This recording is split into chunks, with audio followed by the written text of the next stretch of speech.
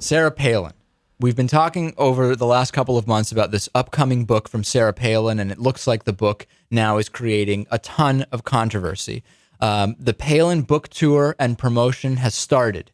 And for the 432-page book that Sarah Palin supposedly wrote by herself, but we know was written by someone in California that she told her stories to, it's an absolute goldmine of nonsense. And the biggest thing that to me has come out from the book and that has been controversial is the claim that the Katie Couric interview, which Sarah Palin so badly gaffed, I don't know if she failed. She failed at the interview, was something that was done out of pity, according to Sarah Palin's book, because Katie Couric's ratings were so bad, and she didn't expect to get the questions that she got. Such crazy questions as, what are some of the newspapers you read?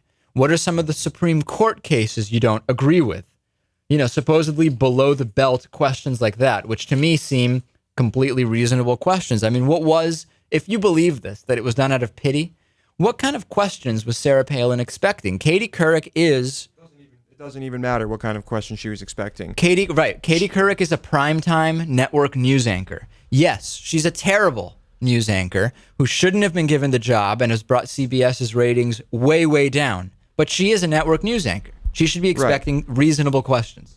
Right. And no vice presidential candidate is going to intentionally make themselves look bad to help Katie Couric's ratings. That's absolutely right. What other Supreme Court decisions do you disagree with?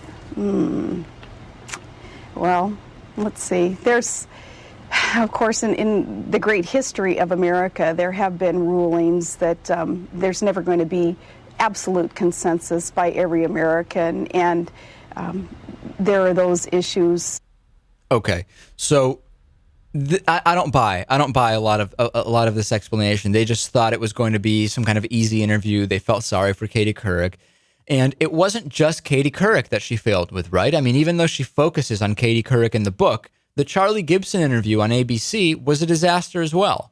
And even if she thought Katie Couric's questions were setups to make her look bad, as she claims, why not just answer what newspapers she reads? Name one newspaper. Name anything. Name a magazine. Say ESPN. I don't even know. Say she reads Playboy. I mean, say anything. Anything is better than saying it doesn't make sense to me that because she didn't like the question, she answered in a way that made her look incompetent, which is what we essentially found out that she was throughout the campaign. Nobody would do that. Nobody would do that, exactly. On Oprah, she actually talked about how the Katie Couric interview went. She was on Oprah the other day. Here's Sarah Palin. Those few minutes that were edited together, packaged together, and shown to the American public, if people only know me from that interview, I don't blame people for thinking that I was not qualified, that I was ill-prepared, that those things that you would look for in a candidate, I was not. Okay, so I'm sure that if we had seen the other minutes that were cut out from that interview, Sarah Palin would have looked really great. We would have been really impressed with the other minutes. I'm sure, yeah. Okay, and then here she's talking to Oprah about why she thought the Katie Couric interview wasn't professional. Obviously, you've read books and magazines. Why didn't you just name some books or magazines? Well, and obviously, I have, of course, all my life, right? I'm a lover of books and magazines and newspapers. By the time she asked me that question, even though it was kind of early on in the interview, I was already so annoyed, and it was very unprofessional of me to wear that annoyance on my sleeve. But it was like you couldn't think of any in the moment, it was more like, are you kidding me? Are you really asking me?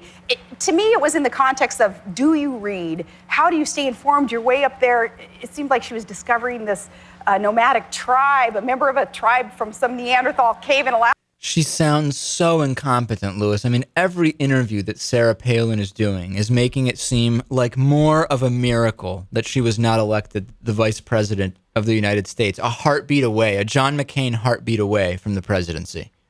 And that she's still in the political spotlight. That's true as well. Okay, and then let's go and skip to Levi Johnston, the 23-second clip. Here she is. There's been some controversy. Sarah Palin's daughter's baby's father recently has been critical of Sarah Palin, saying she refers to her son as her retarded baby. And here she is addressing what he's been saying. And by the way, I don't know if we call him Levi. I hear he goes by the name Ricky Hollywood now. So if that's the case, we don't want to mess up this gig he's got going. Kind of this aspiring aspiring porn, some of the things that he's doing. It's kind of heartbreaking. The Playgirl centerfold. Right. I call that porn. Yes. So. Okay. And then lastly here she is. This is the 14-second clip talking about whether she would run for president in 2012. Does that mean you're reloading for 2012? I'm concentrating on 2010 and making sure that we have issues tackled as Americans to make sure that we're on the right road. Would you even tell me if you were thinking about it? No, I wouldn't. Not on its own. Yeah. Well, okay. I'm curious to see how many books are sold. It's incredible how incompetent and unqualified Sarah Palin is to even be mentioned as a possible president of the United States. And after we talk to Ralph Nader, we will get to who suggested that she should be running in 2012. Let's take a quick break on Midweek Politics. Ralph Nader after this. Midweekpolitics.com is the website. And of course, youtube.com/midweekpolitics for the YouTube channel. We'll be back after this.